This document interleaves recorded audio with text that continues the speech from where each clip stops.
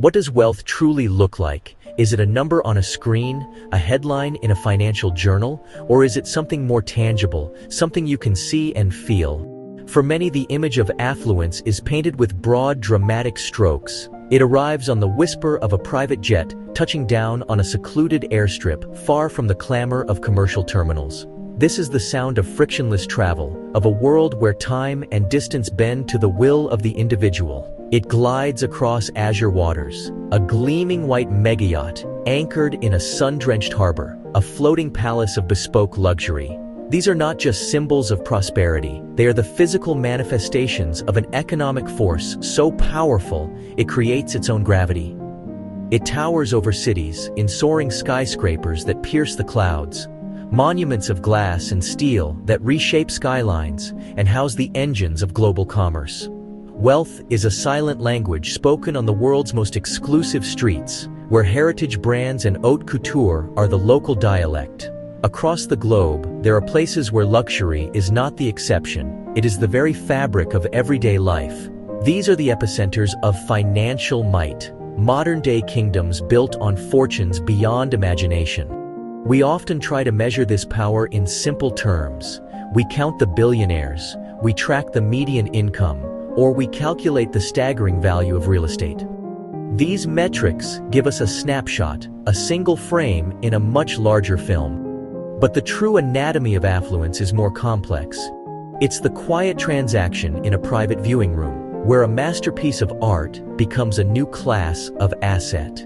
It's the seamless passage through an executive airport terminal, a space designed to make the world's most powerful people feel like the only people in the world. The true measure of these wealth hotspots extends far beyond bank accounts. It is about influence, the ability to shape markets, to fund innovation, to steer political discourse, and to define cultural trends. This power is cultivated not in public view, but in the discrete corridors of power. This journey will take us inside these gilded worlds. We will move past the polished surfaces to explore the intricate systems that create and sustain such concentrated capital. We will investigate how wealth of this magnitude not only builds empires, but also profoundly shapes the lives of everyone on the planet. Our journey into the world of concentrated wealth begins in a place of legendary glamour, a sovereign city-state packed into less than 1 square mile of sun-drenched coastline. This is the Principality of Monaco, a name synonymous with luxury, where an astonishing 1 in 3 residents is a millionaire. It's a vertical paradise, a testament to meticulous urban planning where skyscrapers reach for the heavens because there is no more land to claim. The density of wealth here is unparalleled, creating an atmosphere so rarefied it feels almost surreal. Every street corner, every cafe, every yacht in the harbor is a node in a global network of immense fortune. The appeal of Monaco is famously and powerfully simple: no income tax.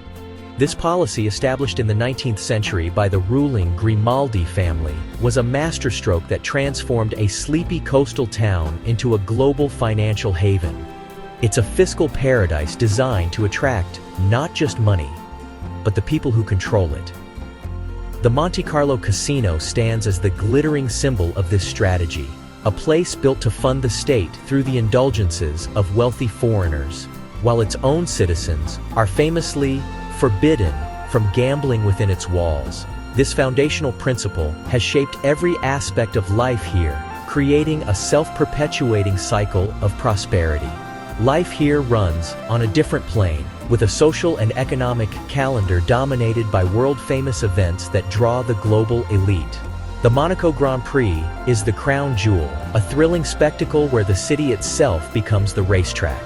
But beyond the roar of engines, there is the prestigious Monaco Yacht Show and a constant stream of exclusive galas and art auctions. These aren't just parties, they are the nexus points where power, influence, and capital converge. Beneath the shimmering surface of glitter and champagne lies the bedrock of Monaco's appeal: immense order and security.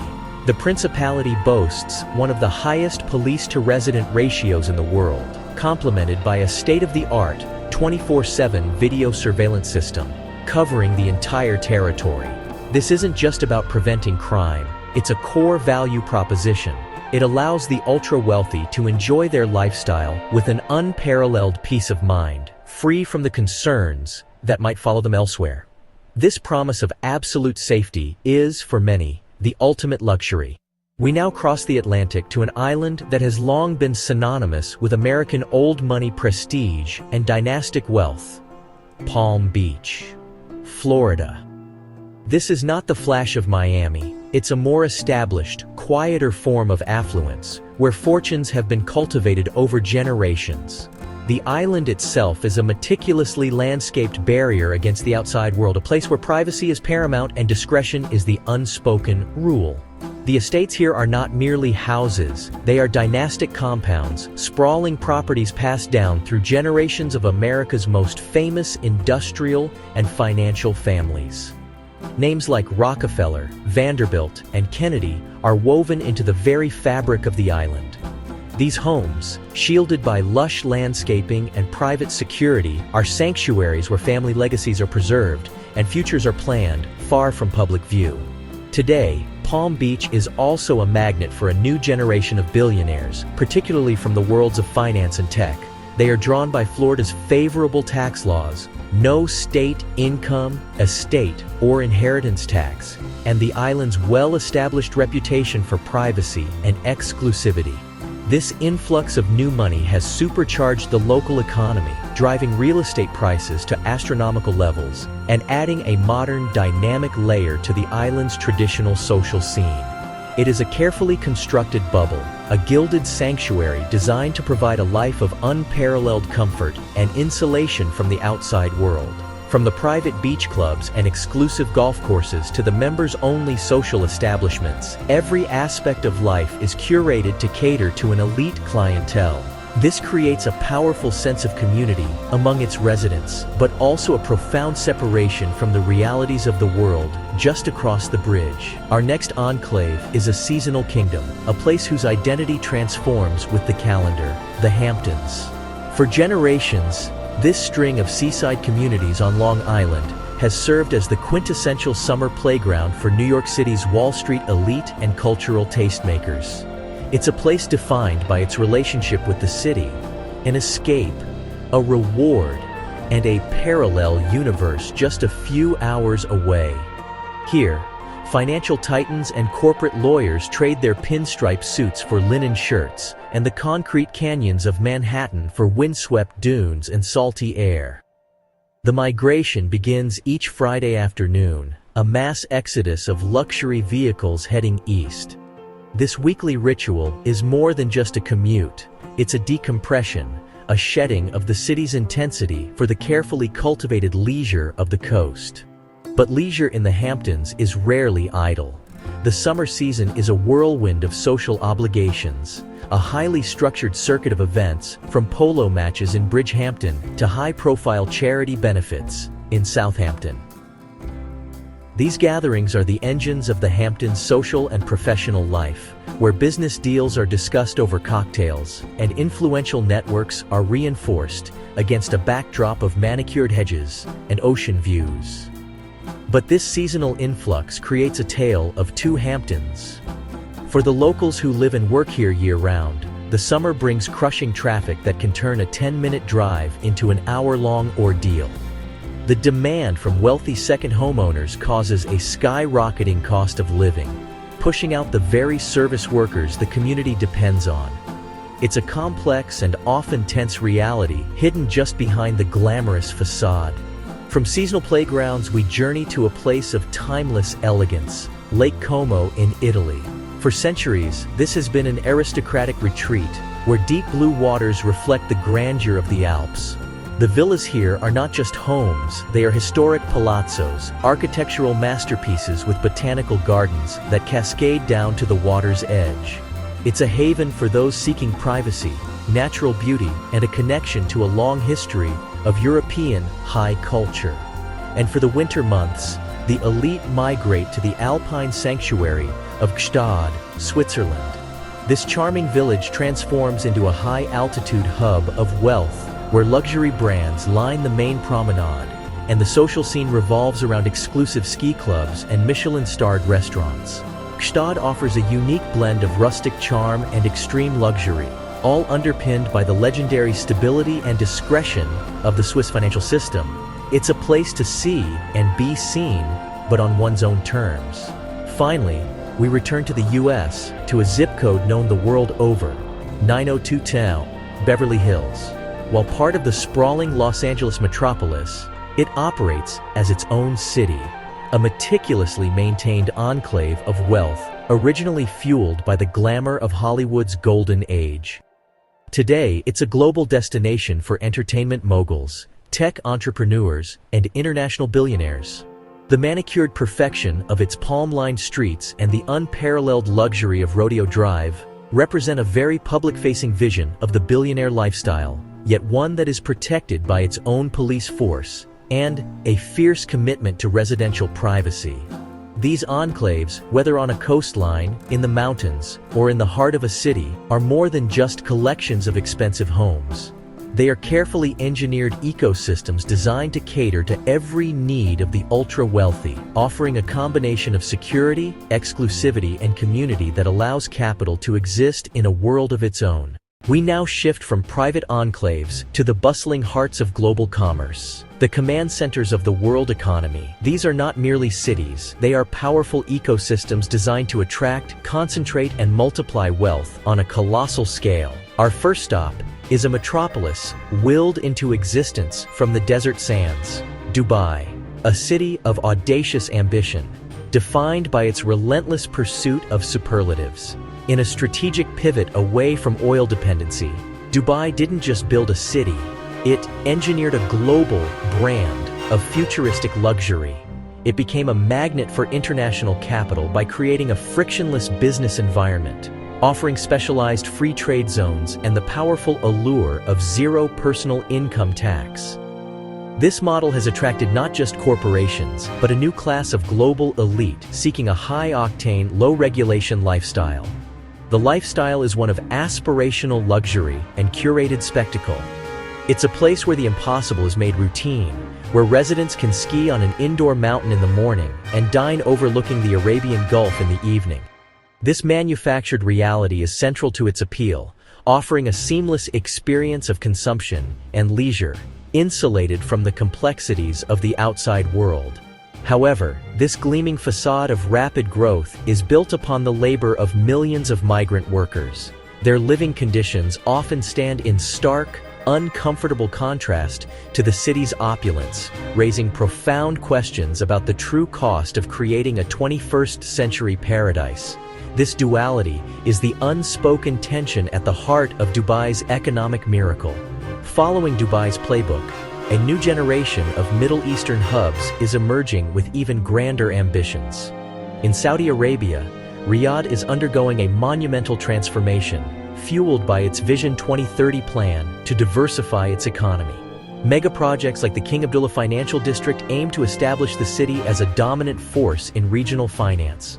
But the vision extends far beyond, to projects like Neom, a planned cognitive city that promises a new model for sustainable living and innovation, funded by the nation's immense sovereign wealth. These are not just developments, they are nation-building exercises on an unprecedented scale, designed to attract the world's talent and capital for the post-oil era. From the raw ambition of the desert, we travel to a meticulously planned island nation that has perfected the art of urban prosperity, Singapore. It stands as a global financial hub built on a foundation of efficiency, long-term stability, and an unwavering commitment to order. Singapore has masterfully cultivated an image of perfection. It is a city in a garden, where urban frictions are minimized through relentless optimization and brilliant design. This philosophy is evident everywhere, from its world-class infrastructure like Changi Airport, a destination in itself, to its stable political system and low corporate tax rates.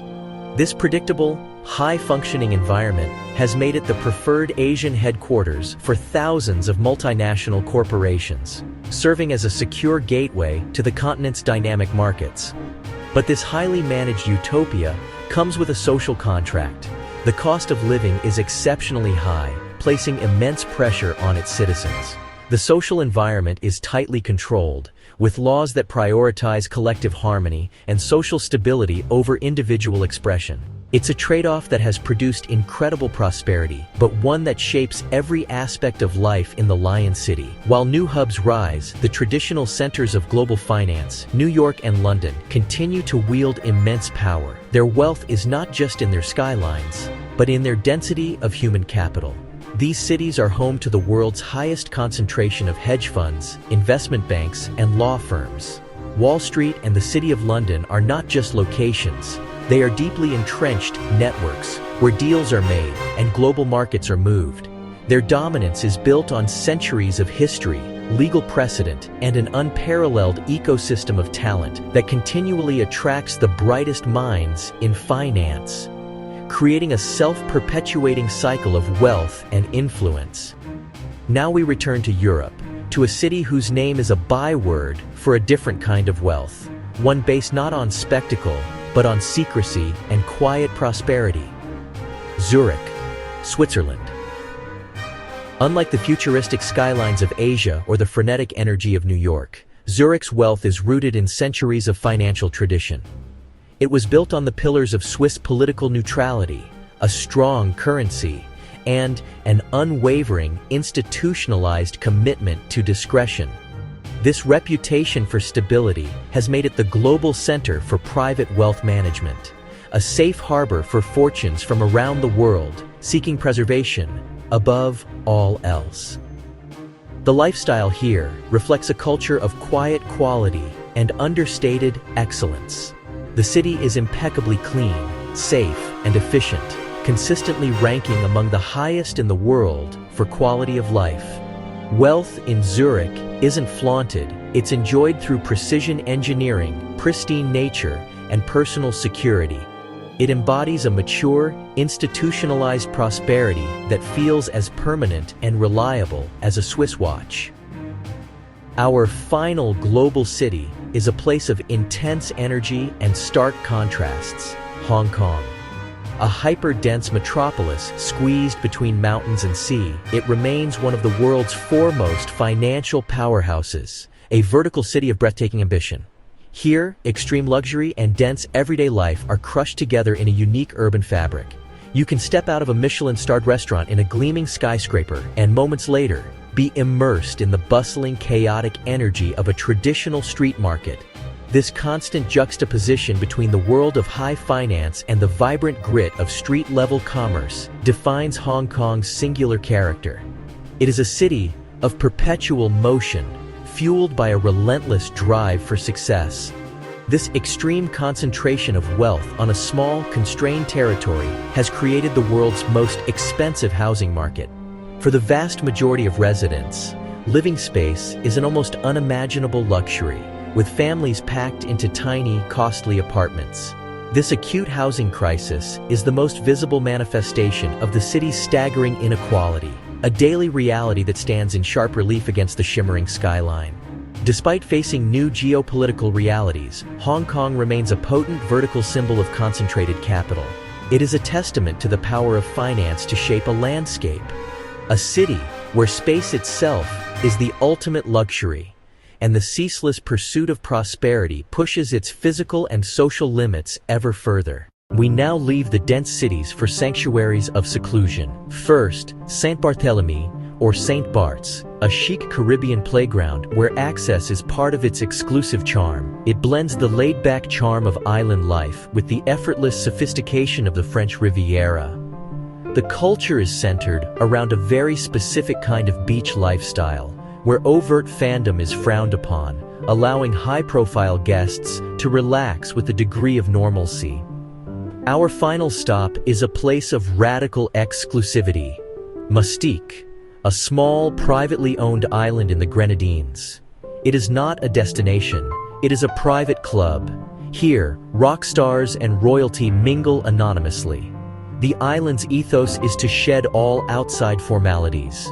No traffic lights, no street vendors, no commercialism. Mustique is a crafted paradise where the price of entry is a fortune, and the reward is the ability to disappear completely. But this glittering world of affluence casts a long shadow. The same forces that attract capital also drive up the cost of property, creating an insurmountable barrier for almost everyone else. This hollowing out of communities erodes the social fabric, replacing vibrant neighborhoods with sterile, transient communities of the super rich. The financial gain of one small enclave can translate into a social deficit for millions elsewhere, widening global inequality on a massive scale. While these destinations showcase extraordinary financial power, they also reveal how wealth shapes cities, cultures, and global influence. In the end, these places remind us that wealth is not only measured in money, but in opportunity, lifestyle, and legacy. The enduring story of these places is a reminder that the greatest measure of wealth is not what it can buy, but what it can build. It is not found in the price of a penthouse or the size of a yacht, but in the kind of world it leaves behind for the next generation. Thank you for watching. Subscribe to our channel.